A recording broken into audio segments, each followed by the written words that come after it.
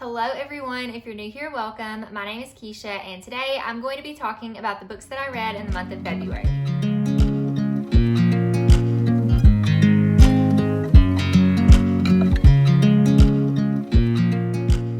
So this is probably going to be a fairly quick video. I did not read a ton of books in February, so I don't have a lot to talk about, but I did want to get this wrap up out just in case any of you were curious what books I read. Also, this is the probably first time you're seeing, if you're just here on my YouTube channel, my new bookshelf. So you can't see the whole thing here, but my father-in-law did build me a book tree. I needed some more space for my books, so you're getting that today, plus my TBR cart. So without further ado, let's just go ahead and jump into what books I read in February. I only read 5 books in February, and the first one that I read was Live and Let Child by Bree Baker. This is a coastal seaside cozy mystery series. This is book 1, and it follows our main character, Everly Swan, and she has returned to her seaside hometown to open this tea shop.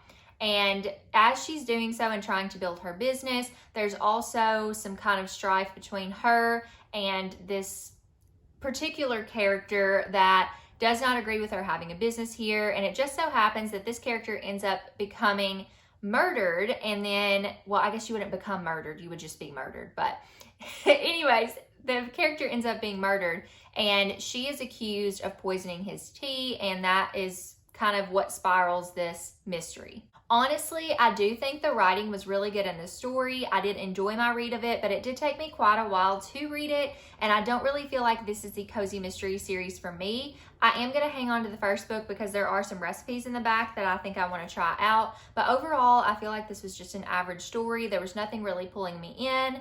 I do think it's good and I understand why people love it and there is merit here. It just wasn't the right one for me. So I ended up giving it 3 stars because again, I did enjoy it. I thought it was good, but there wasn't anything just over the top for me. Then I read a couple of graphic novels. One of them was called Ever After. I forgot the author's name, but I'll go ahead and pop up the picture on the screen here. This is a teen zombie apocalypse type graphic novel. It was okay. I actually ended up rating it 1 star because I just don't feel like it really went anywhere or knew what it was doing. It was basically a friendship that formed over the course of this. I guess it's kind of like after there's a zombie apocalypse that happened and now they're still dealing with the zombies and there's just other things going on, but there's a friendship that forms. But I don't really feel like the book knew what direction it was going and it was just kind of grotesque. I mean, it was zombies, but I think if you like zombie books, then you might like this one. So check it out if you do, but for me, it was just 1 star. Then I also read another graphic novel called Cheshire Crossing. This is by Weir, who wrote The Martian and Project Hail Mary, which is kind of weird because this is a little bit different of a story for him to have written. This is a fantasy-esque kind of teen graphic novel that follows Dorothy, Alice, and Wendy, right? Yeah, Dorothy, Alice, and Wendy. And all of those are characters that you guys may know. So it's Dorothy from Oz, Wendy from Neverland, and Alice from Wonderland.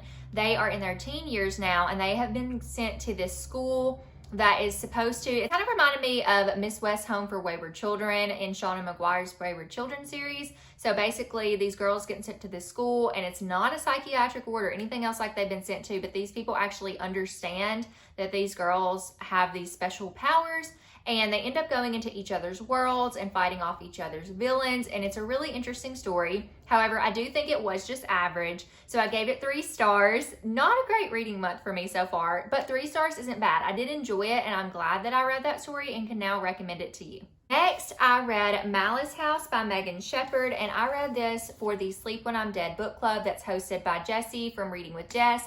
I was her co-host this month, and this was the book that we chose together. It is a fantasy horror story, and I feel like you need to know that going in, because when you read the synopsis, you might think this sounds a little bit like Home Before Dark by Riley Sager, but it doesn't really go that same direction. You do have a girl whose father has passed away. She's now going back to the house that she lived in with him, or that was his home.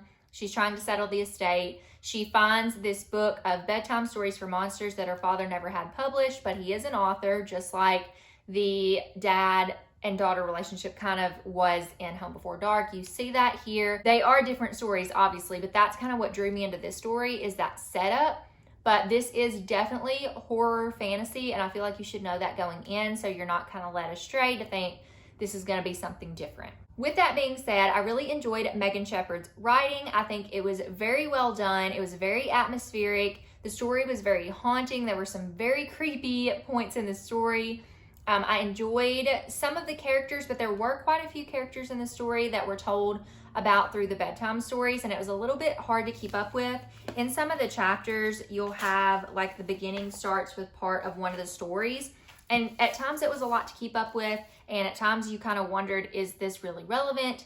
But it's just a lot at times. Overall, I did enjoy this story. I was struggling with what to rate it because it's not the type of story that I think I enjoy reading as much anymore, but I ended up settling on another 3-star rating. I do think this book is good and has an audience. A lot of my friends have rated it 4 stars, but I haven't seen a lot of 5 stars. So just know that with leveling your expectations going in. I will say that if you like the book The Hazelwood by Melissa Albert, I think you'll probably like this one too. And the last book that I read this month is probably the book that I'm going to spend the most time talking about, and that is Just Another Love Song by Kerry Winfrey. This is the same author that wrote Waiting for Tom Hanks, and I did not read that story, and I've actually never read anything by Kerry Winfrey before, but this cover is absolutely gorgeous, and that's honestly what originally drew me in. I was also looking for some clean romances, and while I didn't know if this was completely clean or not, it did pique my interest.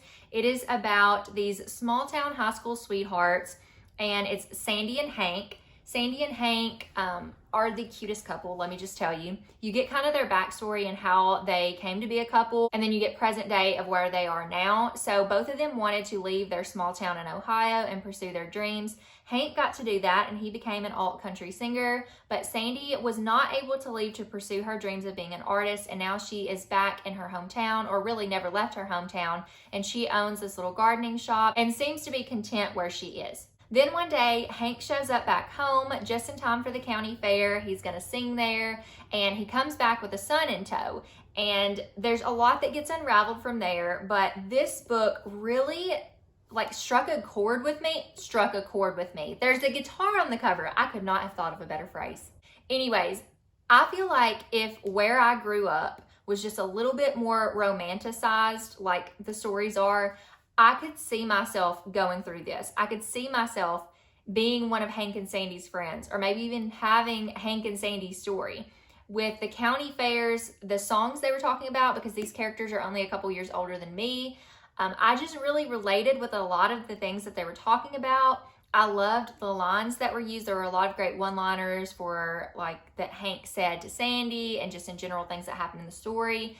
It was just such an easy and fun read, and it did take me a while because I feel like February was a month where I was kind of in a reading slump, but I'm so glad that I took my time with this story too because I loved it so much. And the whole time I was like, this is just going to be a 4-star. It feels like a 4-star, but it's a great book. It's an amazing book. I want more people to read it. And by the end of it, I was tearing up and I was like, no, this is a 5-star book. And I don't know that it will be for everybody, but it was for me because I related with it so much. I loved Hank and Sandy's characters both. I loved all of the side characters in the book. I also really loved the friendship between Sandy and Honey. And honestly, that is something that I love seeing in stories, is that childhood friend that kind of sticks with you all throughout life. And they both were in the same hometown together and stayed there. And it's just I don't know. It's, again, a romanticized version of what my life could have, would have, should have, did a little bit look like.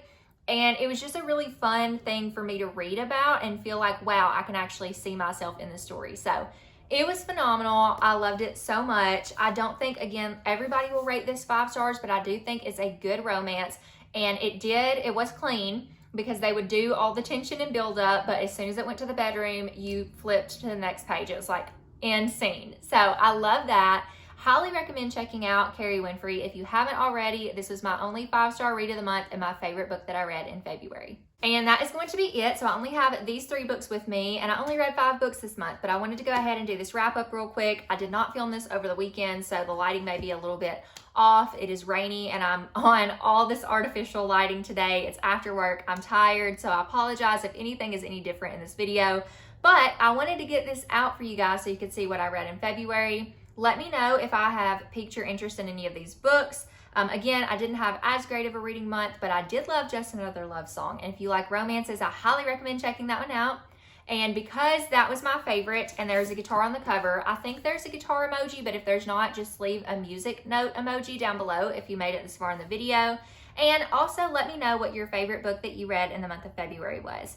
Thank you guys so much for watching. I love you guys, and I'll see you in my next video. Bye, friends.